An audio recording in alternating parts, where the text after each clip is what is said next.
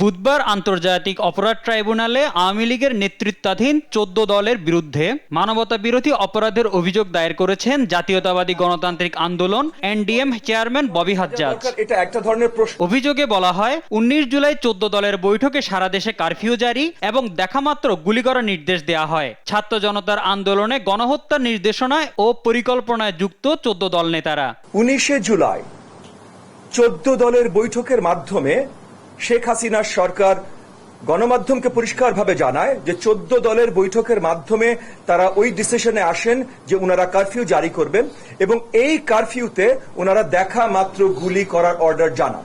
এছাড়া ৫ আগস্ট চানখারপুলে পুলিশের গুলিতে নিহত শাহরিয়ার খান আনাস হত্যার অভিযোগে শেখ হাসিনা ও তার পরিবারের সদস্য ও পুলিশ কর্মকর্তা সহ ২৫ জনের বিরুদ্ধে ট্রাইব্যুনালে আলাদা অভিযোগ দিয়েছে তার পরিবার। আমি আজকে আমার সন্তানের জন্য বিচার চাইতে এখানে আসছি অভিযোগ নিয়ে।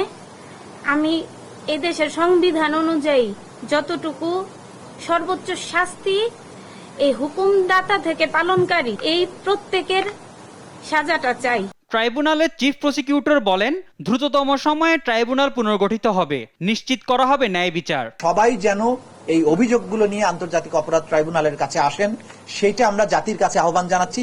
যে ভিকটিম পরিবারগুলো আছে তাদেরকে যেন আপনারা বলেন যে তারা এই জিনিসটা অন্তত মেসেজটা পাক যে তাদের প্রতিকারটা আসলে আন্তর্জাতিক অপরাধ ট্রাইব্যুনালে। ৫ আগস্ট আওয়ামী লীগ সরকারের পতনের পর এ পর্যন্ত আন্তর্জাতিক অপরাধ ট্রাইব্যুনালে গণহত্যা, গুম ও মানবতা বিরোধী অপরাধের ৪৫টি অভিযোগ জমা পড়েছে।